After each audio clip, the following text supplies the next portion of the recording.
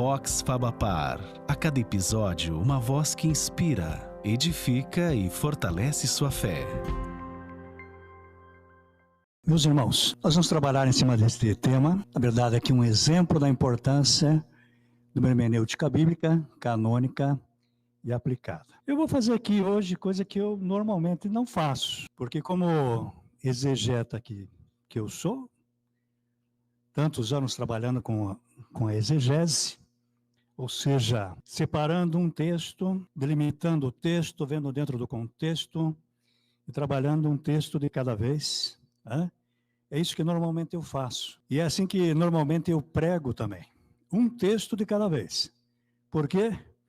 Porque a Bíblia tem muitas coisas, né? Tem muitas coisas. Então, um de cada vez. E às vezes para analisar um texto é difícil. E nós começamos a analisar vários textos ao mesmo tempo.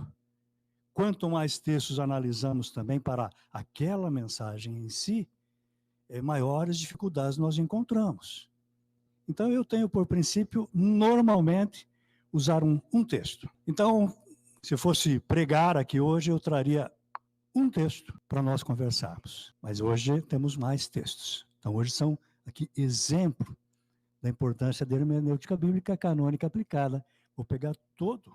O que foi, meu irmão? Tá aqui, fica tranquilo. Então, nós vamos olhar alguns textos hoje, nesse tempo que eu tenho, e depois nós vamos conversar também. Quanto à quantidade de textos, então estou fazendo um alerta, em especial para aqueles que estão começando aí com as pregações. Quer dizer, para você que pregar um texto já é difícil. Se você escolher 4, 5, 6, eu quero abordar 10 hoje. Em uma mensagem só, ele vai ficar 10 vezes mais difícil. Então, cuidado com isso. Nunca esqueço de uma ocasião, um pregador que esteve na nossa igreja, e era seminarista, e ele pregou e eu quis ajudar ele. E eu disse para ele assim, meu irmão, é melhor diminuir um pouco, pega menos textos, porque senão você não consegue explicar tudo, porque eu fui anotando. Ele usou simplesmente mais de 40 textos em uma mensagem. Mais de 40. Aí foi bom, né? Pegou, aprendeu a lição como bom aluno que é, né? Que nem o Wagner está aqui bem na frente para aprender mesmo, né? Chega na próxima vez que ele vai pregar, ele começa assim, bom, meus irmãos, como o pastor Renato não gosta que use muito a Bíblia, se nunca mais eu dou opinião. A minha vida tem sido chamar a Bíblia, irmãos. O pastor Godoy está ali, sabe, né? Nossa ênfase lá realmente é o estudo da Bíblia. E ele se sai com essa para mim. Interessante. Mas então aqui hoje veremos vários, mas quero alertá-los. Vão devagar, um de cada vez, estuda um, depois outro, e assim vai. Só que hoje estamos num momento um pouco diferente, e eu quero mostrar aqui, porque eu entendo então que a interpretação bíblica, para que seja coerente e relevante, ela precisa ser realmente bíblica, canônica e aplicada. O que é isso? É assim que eu tenho chamado a minha teologia há muitos anos. Ela tem que sair da Bíblia, um texto bíblico, ou mais de um texto. Mas ela tem que ser não só apenas bíblica, ela tem que ser canônica, dentro do cânon. Mas qual cânon? Ora, eu sou evangélico. Então o cânon que eu sigo é o cânon evangélico. Não é o cânon católico romano, não é o cânon ortodoxo, não é o cânon judaico, de maneira nenhuma, mas sim aquilo que nós chamamos de Bíblia. Nós chamamos de Bíblia isso que temos nas mãos, o cânon então, de capa a capa, ela é a palavra de Deus, e nós temos que ver o que é que o texto diz, não só ali, dentro daquele contexto imediato, mas sim aquilo que ela diz um pouquinho mais adiante também. Ok? A Bíblia toda. E eu quero dar uma olhadinha aqui então, em um texto, até já abordei esse texto com segundo ano, se não me engano, e nós sempre devemos olhar o contexto chamado imediato, que é o texto todo, a unidade, o próximo, o livro todo, e o geral, que é a Bíblia toda, dentro do cânon. Qual cânon? O cânon que nós realmente seguimos. E aqui, meus irmãos, nós temos deixa eu ver se acerto aqui o meu, aqui. Um paralelismo, só para entender, eu vou para vários textos, porque ainda que eu aborde um texto de cada vez, Isso não diminui a importância de conhecer o quê? Todos os textos. A Bíblia toda, de capa a capa. Porque senão nós falamos alguma coisa que está lá em Gênesis e quando chegamos lá no final, nós vamos dizer, puxa, mas não deu certo, né? Aí chegamos lá na frente e Jesus diz assim, vocês viram o que está escrito, porém eu vos digo. Então é melhor olhar tudo. Então nossa leitura realmente tem que ser essa, Bíblia capa a capa, terminou, capa a capa, terminou, é capa a capa, terminou, capa a capa. É isso aí, para que você possa ter uma ideia geral. E aqui nós vemos então um pouquinho sobre paralelismo. E nós vemos ali, meu filho, não se esqueça dos meus ensinos e que o seu coração guarde os meus mandamentos. Porque eles aumentarão os seus dias e lhe acrescentarão anos de vida e paz.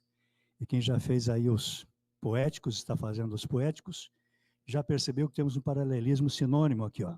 Não se esqueça e o seu coração guarde, é a mesma coisa. Coração é aqui, mas na verdade, a maior parte das vezes quando aparece na Bíblia, falando de coração, está falando da mente, entendeu? Os pensamentos do teu coração, os sonhos do teu coração, os planos do teu coração. Então é aqui. Então não se esqueça e seu coração guarde. É a mesma coisa. Bom, ensinos e mandamentos, são paralelos ou não são paralelos? Parece que são. Hã? Óbvio. Aumentarão e acrescentarão. Não é a mesma coisa? Paralelismo sinonímico. Aos seus dias, anos de vida. Seus dias e anos de vidas. Não é a mesma coisa? Tudo a mesma coisa. Chama-se paralelismo sinonímico, quando o autor fala duas vezes a mesma coisa com palavras um pouquinho diferentes. Alguns podem perguntar, mas por que ele escreveu assim? Escreveu assim porque é poeta, e poeta gosta de complicar coisa. Começa a arrumar palavras difíceis, paralelas, e assim vai. Bom, vamos lá. Segundo texto, Deus é conhecido, Salmo 76, 1 a 2. Olha o que é que vai dizer. Deus é conhecido em Judá, grande é o seu nome em Israel. Em Salém está o seu tabernáculo, em Sião a sua morada. Te dou 10 segundos para você ver ali os paralelos. O que está em paralelo com o quê? Deus é conhecido, grande é o seu nome. Não é a mesma coisa? Deus é conhecido, então o nome dele é grande naquele lugar. Ele é conhecido. Judá e Israel. Nesse contexto é a mesma coisa, irmãos. Em alguns contextos, Judá é um país, em outros, Israel é outro país, mas aqui é a mesma. Davi é ungido rei sobre Judá, em Hebrom, lá no 2 Samuel 5:3. O texto diz assim, irmãos: assim todos os anciãos de Israel foram falar com o rei em Hebrom, e o rei Davi fez com eles uma aliança em Hebrom, diante do Senhor. E eles ungiram Davi rei sobre Israel. Antes, na verdade, tem outro texto que diz assim: Davi levou também os homens que estavam com ele, cada um com a sua família, e eles foram morando nas aldeias de Hebrom. Então vieram os homens de Judá e ali ungiram Davi rei sobre a casa de Judá. Informaram Davi que os homens de Jabes de Gileade tinham sepultado Saul. O que é que aconteceu aqui? Saul morreu. Assim que Saul morre, quem é que assume como rei no lugar de Saul? Quiser chutar aí, pode chutar. O nome do cabra é um tal de Ish-Boshete. Primeira coisa que vem na cabeça da gente é Davi. Primeiro rei de Israel, Saul. Segundo rei de Israel, Davi. Não é Davi. Não é Davi. Segundo rei de Israel é Ish-Boshete. Eu brinco e sempre digo assim, este é o nome que o pessoal chamava o rei nos corredores, porque Ish-Boshete significa o homem da vergonha. Você acha que alguém chamava o rei face a face de o homem da vergonha? É óbvio que não. Ele também é chamado em outro lugar de Ish-Baal, o homem de Baal. Opa! Então talvez um adorador de Baal. Mas Baal também significa Senhor. Também talvez seja então aí um título, né? O homem, Senhor, é o dono. Afinal, Baal também é dono. É marido. As mulheres de Israel detestam esse nome hoje em dia. Preferem chamar o seu marido de Ishi. Ishi é o meu homem, bem literal. Do que chamar de Bali, que seria o meu senhor, na verdade. Embora Sara chamasse assim o Abraão, né? Mas o Abraão é bem maior do que nós. Vamos ficar por aqui que está de bom tamanho. Bom, é o Ish-Baal que vai assumir. E aqui, irmãos, nós já temos algo que nós precisamos conhecer, que eu diria, Eu nunca fiz a conta, mas eu desconfio que 90% dos membros da igreja nunca perceberam isso. Que nós temos a partir daqui, já a partir de Davi, nós temos 2 reis. Ou 2 países, desculpe. 2 países. Um chamado Judá e um chamado Israel. E enquanto Isbaal vai ser rei em Israel, parte norte, Davi vai ser rei lá em Hebrom, da parte sul, de Judá. E nós vemos aqui nesses textos, né? Ungiram Davi, rei sobre a casa de Judá. E depois, nós vemos aí, no próximo texto, na verdade, esse aqui, ó, que Davi também é ungido rei sobre Israel após a morte de Ish-boshete. Em um determinado momento, Ish-boshete é assassinado. Algumas pessoas vão até Davi, achando até que vão ser recompensadas por ele. Ele castiga, né? Mata essas pessoas. Mas os líderes de Israel vão falar com Davi lá em Hebrom. E eles ungiram Davi rei sobre Israel. Então nós temos aqui, meus irmãos, um rei reinando sobre dois países. Tá? Isso é que vai acontecer. Bom, só vai pensando aí.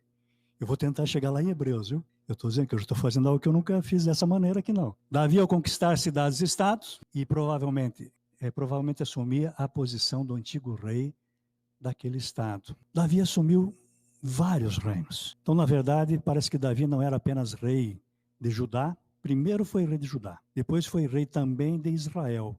Os 2 juntos. Mas ele também foi rei de Moabe. Também foi rei de Amon.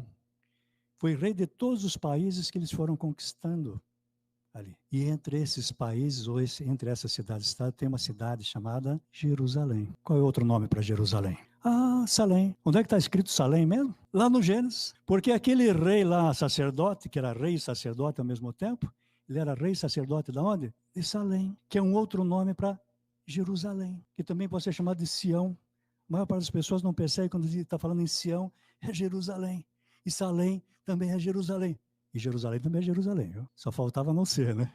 Só faltava não ser. Irmãos, nesse texto aqui de 2 Samuel 12, 26 a 30, diz assim, ó. Enquanto isso, Joabe atacou Rabá, dos filhos de Amon, e tomou a cidade real. Então Joabe mandou mensageiros a Davi, dizendo, lutei contra Rabá e tomei a cidade das águas. Reúna agora o resto do exército e cerque a cidade para tomá-la.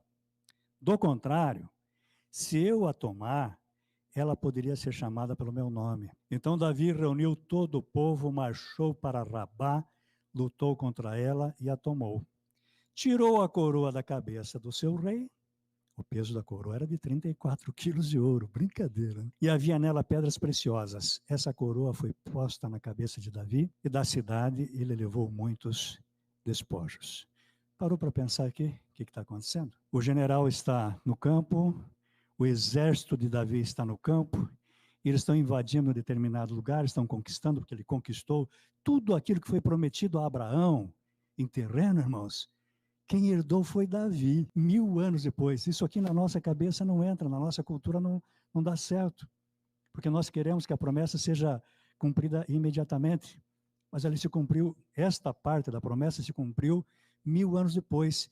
E a promessa a Abraão de filhos como a areia do mar ou as estrelas do céu se cumpre até hoje. Porque cada vez que alguém se converte, ali nasceu mais um filho para Abraão. Mas o ponto que eu quero destacar aqui nesse momento é o seguinte, naquela época, então os comandantes vão à guerra e eles fazem o cerco, está tudo pronto, só falta mesmo, vamos dizer assim, acabar com a última resistência. O que é que ele faz? Manda um WhatsApp para o Davi, né? O Davi está em casa, ele manda uma mensagem para o Davi e diz, Davi, está tudo feito, filho, pode vir. Por quê? Porque se o comandante entra na frente do exército, ele é que vai ser aclamado rei daquela cidade-estado. Porque não é só uma cidade, é uma cidade-estado.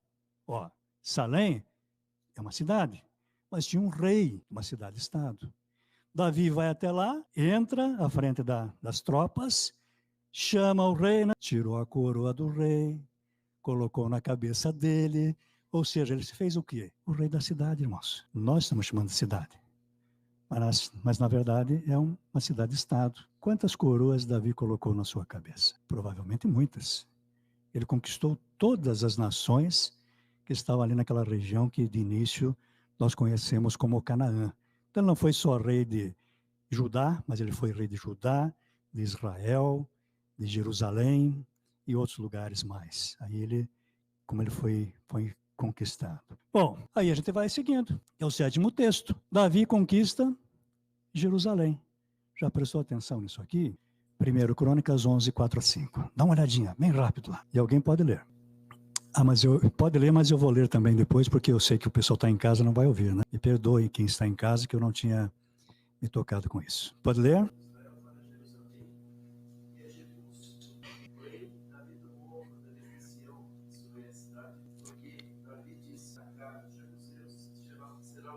Olha aí, ganhou o posto de chefe, né? Mas eu vou ler o texto de novo para os de casa. Davi partiu com todo Israel para Jerusalém, que é Jebus, porque ali estavam os jebuseus que moravam naquela terra. Os moradores de Jebus disseram a Davi: você não entrará aqui. Porém, Davi tomou a fortaleza de Sião, isto é, a cidade de Davi. Quantos nomes para Jerusalém aqui, irmãos? Pelo amor de Deus. Ele parte com todo Israel para Jerusalém, que é uma cidade-estado, que lá atrás foi chamada de Salém, onde estava um rei chamado Melquisedeque, era sacerdote do Deus Altíssimo. Não esqueça disso. Isso aqui é importante. Tá? Ali estavam os jebuseus, que moravam naquela terra. Os moradores de Jebus, então é mais um nome para Jerusalém, né? Disseram a Davi: você não entrará aqui. Porém, Davi tomou a fortaleza de Sião, que é mais um nome ali para Jerusalém. Isto é a cidade de Davi. Né? Então, muitas vezes vai falar da cidade de Davi, nós devemos lembrar aqui que é Jerusalém. Normalmente, se alguém dissesse assim, qual é a tua cidade, você já pensa no quê? Cidade que eu nasci. Eu sou de Curitiba. Tá? Qual é a tua cidade, Davi?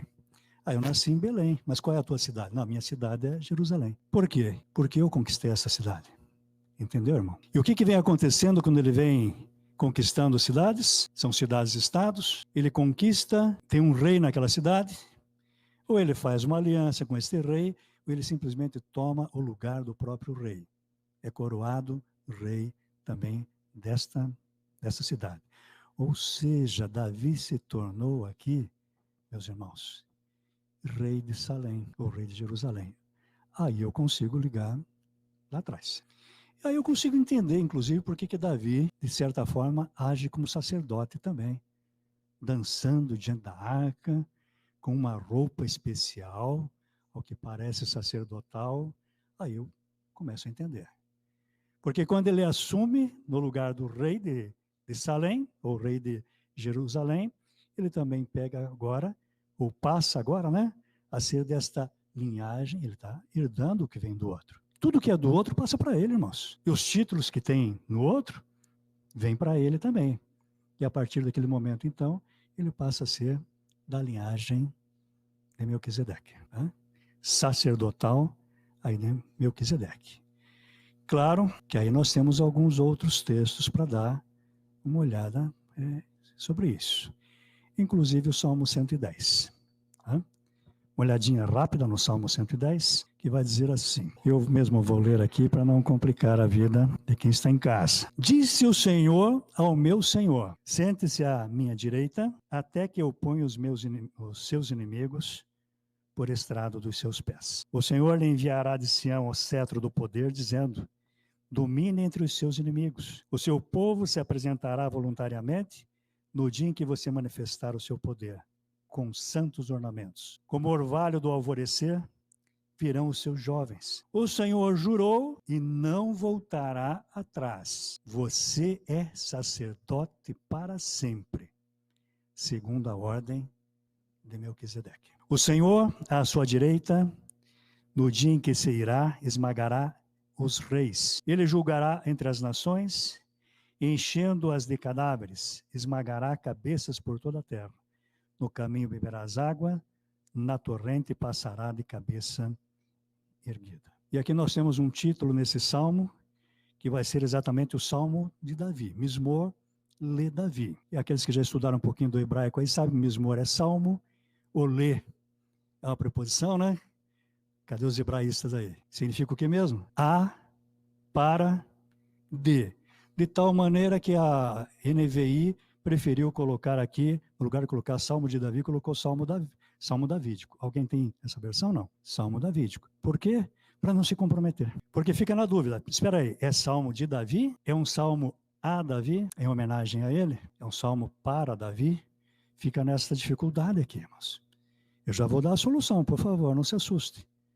Porque quando eu leio o Salmo fora do contexto, só o Salmo aqui, a minha primeira leitura, sabe qual é? Alguém está fazendo um Salmo em homenagem a Davi. Mismor lê Davi.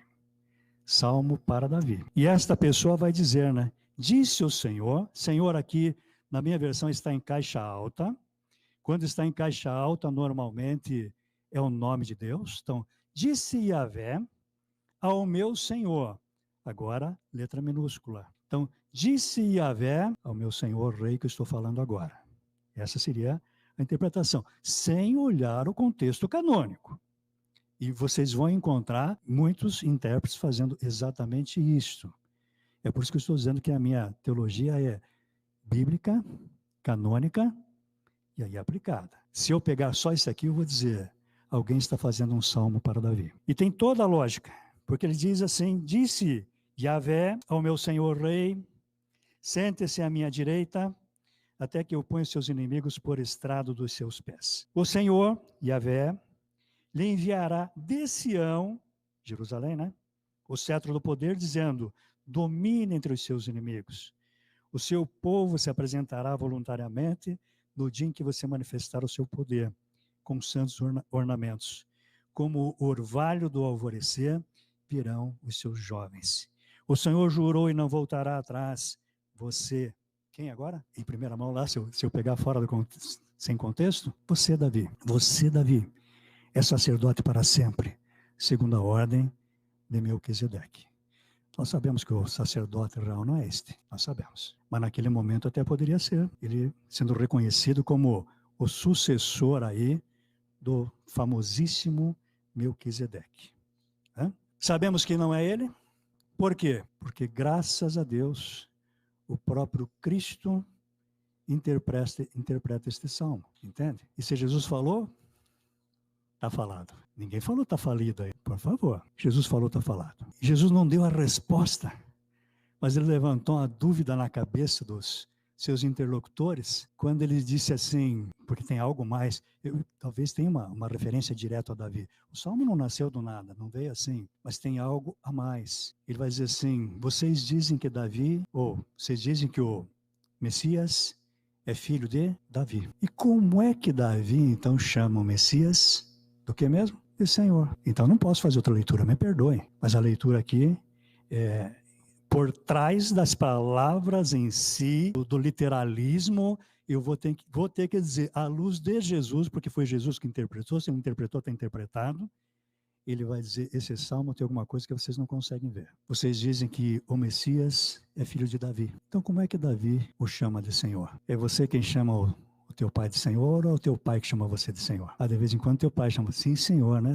Só se for assim, não é mesmo? Então esse salmo realmente à luz do Novo Testamento, o cânon, irmãos, dentro do cânon, se eu pegar de sã consciência, esquecendo de Novo Testamento, eu hoje digo com todas as letras, eu já não gosto mais da disciplina chamada assim, teologia do Antigo Testamento, teologia do Novo Testamento, porque eu não consigo mais ver isso, porque nós vemos que a Bíblia é palavra de Deus, nossa única regra de conduta e fé, a Bíblia. Então nós temos que fazer uma teologia que seja o quê mesmo? Bíblica.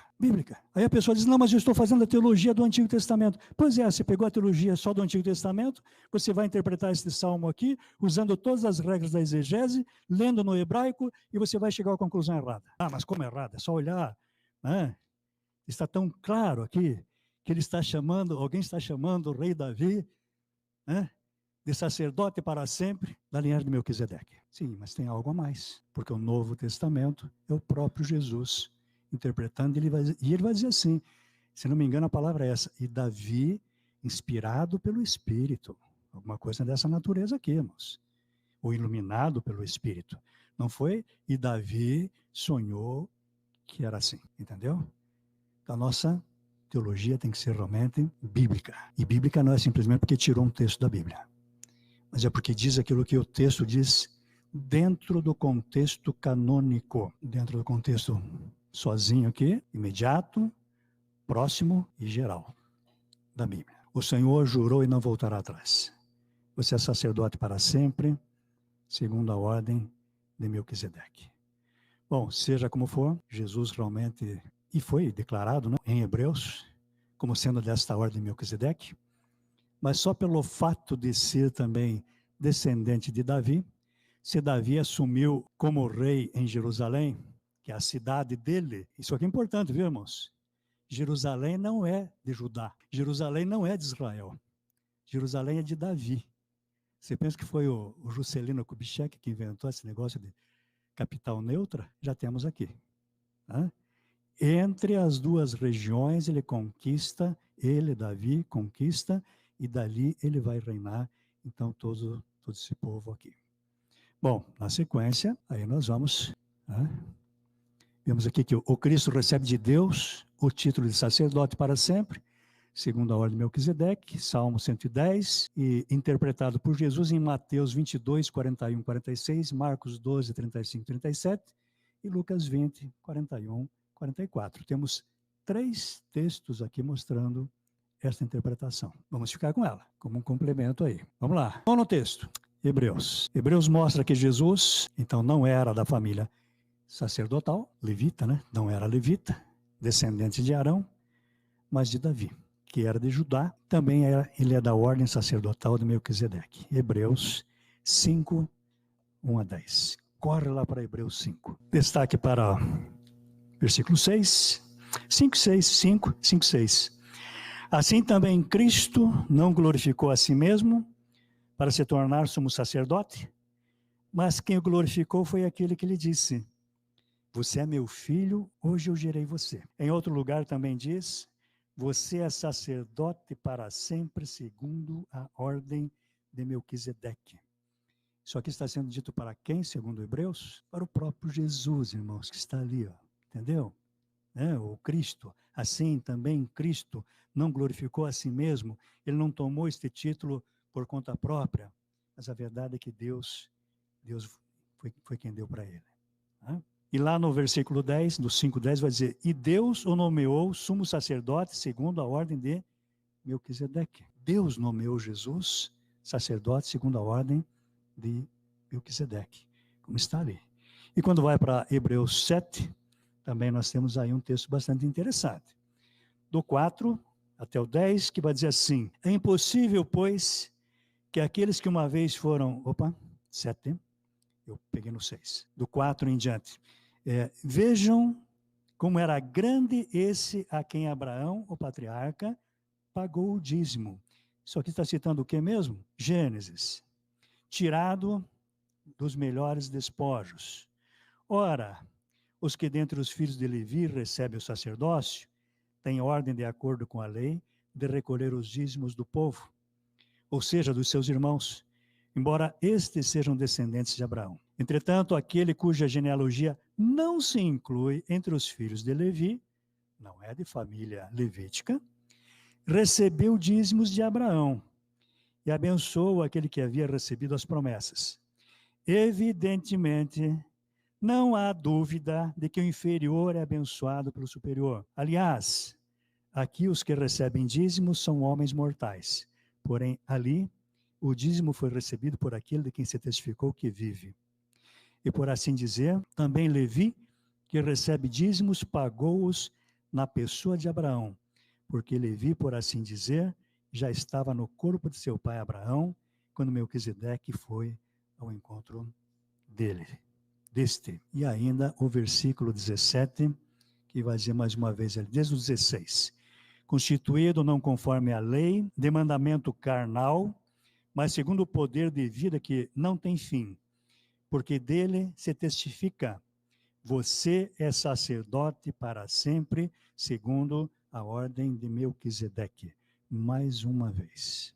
Olha só. Meus irmãos, para chegar nisso aqui, nós consultamos Provérbios, Salmos, Gênesis, Samuel, 1 Crônicas, Mateus, Marcos, Lucas e Hebreus. E eu ainda acho que poderíamos colocar mais alguns, para deixar mais claro o texto. E aí nós vamos aqui para a conclusão e, claro, para a nossa aplicação. 9 livros foram utilizados até aqui para esclarecer a afirmação. Você é sacerdote segundo a ordem de Melquisedeque. Quem é o maior? Quem entrega o dízimo ou quem recebe? É para responder. O dízimo, vamos fazer assim, é um imposto. Quem é maior? É o que recebe, né? É o que recebe. Então veja que isso aqui é importante. Quem é o maior? Quem abençoa ou é abençoado? Quem abençoa. Eu nunca vi o pai chegar lá no quarto do filho, abençoa meu filho, já vou deitar. Que é isso, gente? Hoje em dia não se vê nem... Talvez, né? Meu filho, com licença, meu filho, posso ir deitar? Não, ainda não, está faltando. Mas biblicamente não é assim. Ele diz assim, não tem sombra de dúvida. O maior abençoa o menor. É isso aqui. Eu acho engraçado quando as pessoas chegam no final do culto, né? E vêm se despedir da gente, então, Deus te abençoe, pastor. Porque espiritualmente falando, vamos dizer, o pastor é autoridade. Por isso que é pastor. Diz, mas não, todo mundo é igual. Não, não é. Se fosse todo mundo igual, todo mundo seria pastor. Então não é todo mundo igual, né? Mas é claro que a gente entende muito bem também essa questão, né? E nós, quando estamos como iguais, tem algo muito interessante no livro de Ruth, onde a bênção está até no cumprimento. Já pensou se ocorresse isso em nossos dias, no trabalho, o patrão chegando e dizendo, Deus te abençoe, que Deus te dê um dia abençoado, né? Cheio de vitórias. E o empregado, né? Para o senhor também, patrão. Oh, coisa, esse é o céu, né, moça? Esse é o céu. Mas o normal é que o maior realmente abençoa o menor.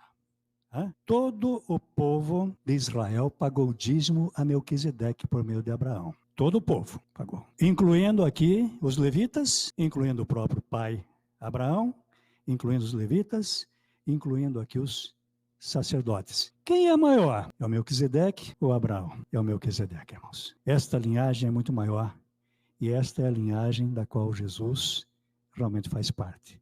Jesus é muito maior.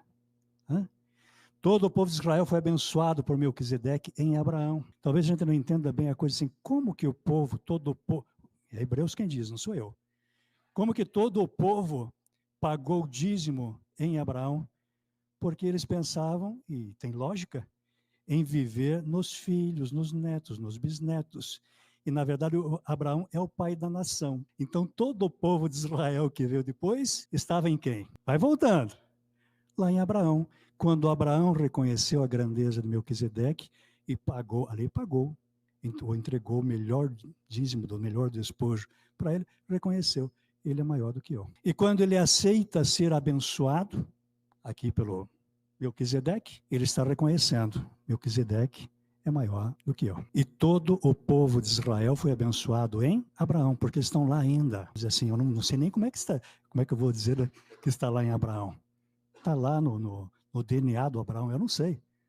Está lá no Abraão ainda. Então, Melquisedeque é muito maior do que Abraão, que era grande. E Jesus é desta ordem, irmãos. Ou seja, Jesus é bem maior. Vamos dizer juntos? Jesus é bem maior. Mas ponha maior nisso. Ponha maior. Jesus é muito maior, realmente. Ok? Opa, um último texto para chegarmos aqui nos finalmente. João 8, 48 e 59, com destaque ali para os versículos 53 e 54.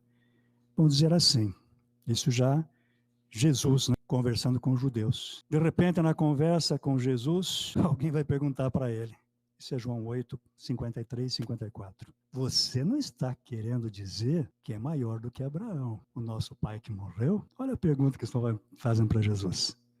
Você não está querendo dizer, né, que é maior do que Abraão, o nosso pai que morreu? Também os profetas morreram. Quem você pensa que é? Jesus respondeu, se eu glorifico a mim mesmo, a minha glória não é nada. Quem me glorifica é o meu Pai, o qual vocês dizem que é o Deus de vocês. Presta atenção na resposta de Jesus. Porque ele falou algumas coisas aos judeus, e eles acharam que aquilo que ele falou teria sido um absurdo. A pergunta seria aqui, quem você pensa que é? Você está achando que é maior do que Abraão, por acaso? É isso? Você está querendo dizer que é maior que Abraão, o nosso pai que morreu? Também os profetas morreram. Quem você pensa que é? Jesus disse: se eu glorifico a mim mesmo, a minha glória não é nada. Mas quem me glorifica é meu Pai, o qual vocês dizem que é o quê de vocês? Que vocês dizem que é Deus. Jesus está dizendo o quê mesmo? Com todas as letras? Eu sou filho de quem? Quem você pensa que é? Você pensa que é maior que Abraão? Abraão, eu sou filho de Deus. Abraão é pai da nação de Israel, mas eu sou o filho de Deus encarnado, que aqui está diante de vocês. Meus irmãos, este é o sumo sacerdote que nós servimos e adoramos. Nele nós esperamos. Né?